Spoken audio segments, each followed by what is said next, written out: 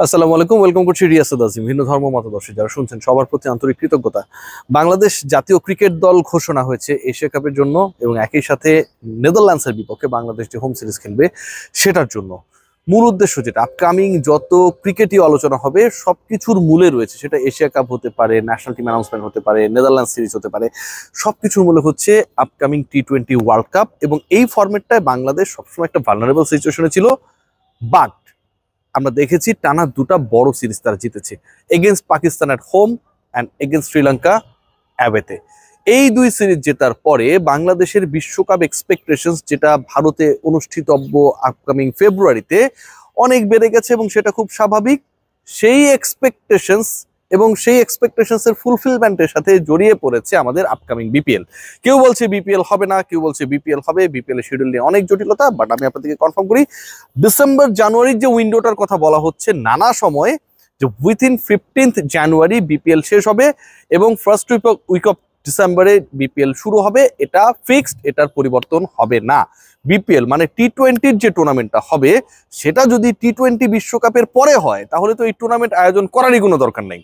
So Bangladesh cricket board খুব ভালোভাবেই জানে, যেহেতু বিপিএল এর আগে ইলেকশন হয়ে যাবে, যেভাবেই হোক বিপিএল করাটা নতুন বাংলাদেশ ক্রিকেট বোর্ডের কমিটির জন্য বড় চ্যালেঞ্জ এবং সেটা তাদেরকে করতে হবে। এখন কথা যেটা, বিপিএল কে কেন্দ্র করে যত আলোচনা হয়েছে সেই আলোচনায় টিমস নিয়ে আলোচনা হয়েছে এবং একই সাথে অর্গানাইজেশনস কারা হবে সেই আলোচনাটা হয়েছে, খুব স্বাভাবিক। বাংলাদেশ ক্রিকেট বোর্ড এই টিমসের আলোচনা করতে গিয়ে ক্রিকেট বোর্ডের ভেতর থেকে কিছু নিউজ লিক হয়েছে, আপনারা সবাই জানেন। যে নিউজগুলোর অন্যতম হচ্ছে কিছু কিছু ফ্র্যাঞ্চাইজি সরাসরি স্পট ফিক্সিং এর সাথে জড়িত ছিলেন এমন সন্দেহভাজনের তালিকায় তাদেরকে রাখা হয়েছে। Not finally proven, but they are suspected. সেই দলগুলোর ক্ষেত্রে বলা হয়েছে যে দলগুলোর নাম, তার একটা হচ্ছে ঢাকা, মানে আমরা রাজধানীতে থাকি, ঢাকা ক্যাপিটালস। একটা হচ্ছে দুর্বার রাজশাহী, খুবই আলোচিত। বিপিএল এ কোন টিম চ্যাম্পিয়ন হয়েছে, রানার্স আপ হয়েছে, এগুলো নিয়ে আপনি কনফিউজড হতে পারেন, বাট পুরো বিপিএল আলোচনায় ছিল সবচেয়ে বেশি কোন দল, সেটা নিয়ে কনফিউশনের কোনো সুযোগ থাকবে না। রাজশাহী সেই কাজটা করেছে। সিলেট স্ট্রাইকার্স। এই যে তিনটা টিমের নাম আমি বললাম, এই তিন টিম থেকে অন্তত একটা দল আপকামিং বিপিএল এ বাদই পড়ে যাবে, এরকম ডিসিশন হয়ে গেছে বা হচ্ছে। সিরিয়াসলি 5 দলের বিপিএল হতে পারে, ম্যাক্সিমাম 6টা হবে। সিলেটের বাদ পড়ার chances very high.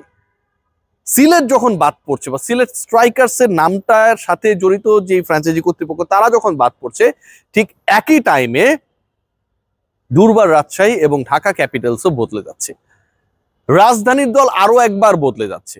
Dhaka Capitals এর মালিকানায় যারা ছিলেন, বাংলাদেশ ক্রিকেট বোর্ডের অভ্যন্তরীণ মনোভাবটা অনেকটা এরকম, সেই তাদেরকে ঢাকা ক্যাপিটালসের সাথে সম্পৃক্ত রাখার ব্যাপারে তারা আর ইন্টারেস্টেড না। ঢাকার নামে দল হবে, এটা নিয়ে কোনো ডাউট নেই। আপনি রাজধানীকে বাদ দিয়ে এখানটায় খেলা হবে, আপনি নিশ্চয়ই টিম বানাবেন না। কিন্তু যারা এটার ম্যানেজমেন্টের সাথে ছিল, সবচেয়ে বড় নেম যেটা, সেটা হচ্ছে সাকিব খান। সেই সাকিব খানের দল বা সাকিব খানের যে ওনারশিপের দল, সেই দলটাকে আর আমরা দেখছি না আপকামিং বিপিএল এ। There is a big possibility, 99% assurance দেওয়া যেতে পারে। একই সাথে দুর্বার রাজশাহীর ফ্র্যাঞ্চাইজিতেও একটা পরিবর্তন আসছে বলে আভাস রয়েছে। সেখানটায় ফরেন ইনভেস্টমেন্ট হবে, মানে বাংলাদেশের যারা এনআরবি রয়েছেন, বিভিন্ন দেশে বসবাস করেন, সেখান থেকে একটা ইনভেস্টমেন্ট আসবে বলে মনে করা হচ্ছে এবং তারা তাদের দলের লোগো থেকে শুরু করে এভরিথিং প্রিপারেশনের একটা পর্যায়ে রেখেছেন। রাজশাহী নতুন টিমের নাম হবার সম্ভাবনায় যে নামটা শোনা যাচ্ছে সেটা হচ্ছে রাজশাহী এক্সপ্রেস।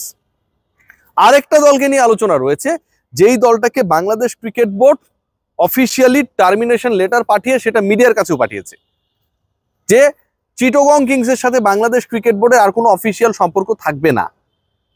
সেটা যদি সত্যি হয়, আইনি অনেক লড়াই বাকি রয়েছে আমি যতটুকু খবর পেয়েছি, এবং এই আইনি লড়াইটা সামনে চলবে, দুপক্ষের দিক থেকে চলবে। কিন্তু বাংলাদেশ ক্রিকেট বোর্ড মিডিয়া রিলিজের মাধ্যমে যা জানিয়েছিল সেটা যদি সত্যি হয়, সেটাকে যদি তারা অ্যাপ্লাই করে, তাহলে চিটাগং কিংস আপকামিং বিপিএল এ থাকছে না। মানে পরের বিপিএল এ অন্তত 4টা ফ্র্যাঞ্চাইজি যেই নামে আমরা লাস্ট বিপিএল এ দেখেছি থাকছে না। চিটাগং কিংস একটা, তার মধ্যে ঢাকা ক্যাপিটালস একটা, তার মধ্যে সিলেট স্ট্রাইকার্স একটা, এবং Durbar Rajshahi. What does it mean? It means upcoming BPL এমন ভাবে হতে যাচ্ছে যেখানটায় 80% ফ্র্যাঞ্চাইজি মালিকরা নতুন হিসেবে আসবে, নিউ ওনার্সদেরকে দেখা যাবে, except Rangpur Riders and Fortune Barishal. খুলনাকে নিয়ে যে আলোচনাটা রয়েছে সেই আলোচনায় যতটুকু জানা গেছে মাইন্ডট্রি বা খুলনার মালিকানায় যারা জড়িত তাদেরকে নিয়ে খুব বড় অবজেকশনস বা অবজারভেশনস নেই। ফিক্সিং নিয়ে যে রিপোর্টস গুলো হয়েছে সেখানটায় খুলনার নামে বড় ধরনের এলিগেশনস এখন পর্যন্ত বা সন্দেহভাজনের তালিকায় তারা নেই। সো খুলনা যেহেতু এই পার্টিকুলার ওনারশিপে মোটামুটি গেল 5টা মৌসুমের মতো কম বেশি বিপিএল, প্রেসিডেন্টস কাপ, এটা ওটা নামে চলে এসেছে, সো তাদেরকে আসলে এলিমিনেট করার বা ওই মালিকানা থেকে তাদের সরিয়ে দেওয়ার সম্ভাবনাটা কম। ঘটনা কি দাঁড়াচ্ছে? ঘটনা যেটা দাঁড়াচ্ছে, 3টা দলের ব্যাপারে যে আলোচনাটা হয়েছিল, ইফতেখার রহমান মিঠু এসে বলেছিলেন কোনো দলই কনফার্ম না। খুবই অদ্ভুত ধরনের একটা ব্যাখ্যা দিয়েছিলেন।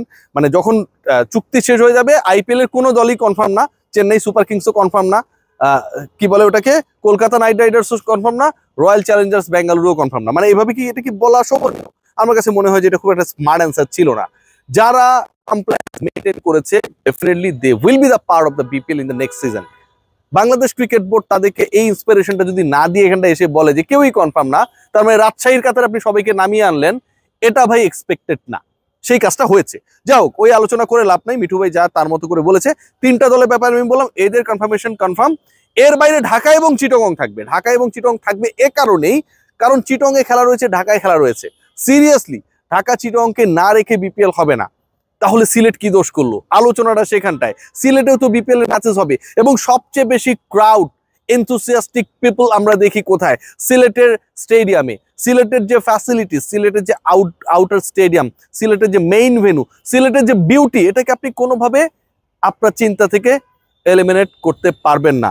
যদি সেটা হয় দেন সিলেটের ক্ষেত্রে কি হচ্ছে? বাংলাদেশ ক্রিকেট বোর্ড তারা সিলেটের ব্যাপারে একটা মহা ঝামেলার মধ্যে পড়েছে এবং সেই ঝামেলার জায়গাটা হচ্ছে যে সিলেট থেকে যে ইনভেস্টমেন্টটা আসে বিভিন্ন সময় সিলেট দল কেন্দ্রিক, সেটা আসলে কনভিন্সিং না। As that investment is not properly convincing, তাই সিলেটকে রাখার ব্যাপারে একটা বাংলাদেশ ক্রিকেট বোর্ডের অবস্থানটা অনেকটা অস্পষ্ট, কারণ তারা কনফিউজ, তারা কনভিন্স না, তারা কনফিডেন্ট না। সো ঢাকা, চট্টগ্রাম মালিকানা যদি পরিবর্তন হয়, হবেই। এই 2 দলের অন্তত একটা তো হবেই, 2টার হওয়ার সম্ভাবনা according to the BCB press release হওয়ার সম্ভাবনা খুবই বেশি। সেটা যদি হয় তাহলে নতুন ফ্র্যাঞ্চাইজি ওনার আমরা দেখতে পাবো, নতুন নাম আমরা দেখতে পাবো এবং একই সাথে তাদের সাথে জয়েন করবে রংপুর, বরিশাল এবং খুলনা। বাকি থাকে আর একটা স্পট, সেই স্পটটায় রাজশাহী ঢুকবে নাকি সিলেট ঢুকবে, that is going to be a huge question. Upcoming BPL রাজশাহীতে হবার কোনো ধরনের সুযোগ নেই বলে যতটুকু জানা গেছে। রাজশাহীর উইকেট সুন্দর, রাজশাহীর হোটেল ফ্যাসিলিটি সুন্দর, বাট ক্রিকেট ইভেন্ট আয়োজনের জন্য এর বাইরেও কিছু ফ্যাসিলিটিস লাগে। জাস্ট থিঙ্ক অ্যাবাউট, আমার যারা সহকর্মীরা রাজশাহীতে গিয়ে এর আগে লোকাল টুর্নামেন্টগুলো কভার করেছে ওই স্টেডিয়ামে, they are very much annoyed, they are very much frustrated regarding the facilities and the coordination of the local organizers. এটা বলতেই হচ্ছে, কারণ আমার এই আলোচনাটা আপনারা দেখেন, তারা এখানটা এসে আমার সাথে শেয়ার করেছে, আমার ছোট ভাইরা যারা এখান থেকে গেছে বিভিন্ন সময় রাজশাহী বিভিন্ন পর্যায়ের লিগগুলো বা টুর্নামেন্টসগুলো কভার করতে, তারা একদমই হতাশ। পানি চেয়েও পাওয়া যায় না। একটা ছোট্ট এক্সাম্পল দিলাম যে সাধারণ খাবার পানিটা চেয়েও পাওয়া যায় না। সো ওই জায়গাটাকে আসলে প্রমোট করার কোনো কারণে, অর্গানাইজার আপনারা ভালো হন ভাই, সবাই ওখানটায় খেলা দেওয়ার ব্যাপারে উচ্চ কণ্ঠ হবে।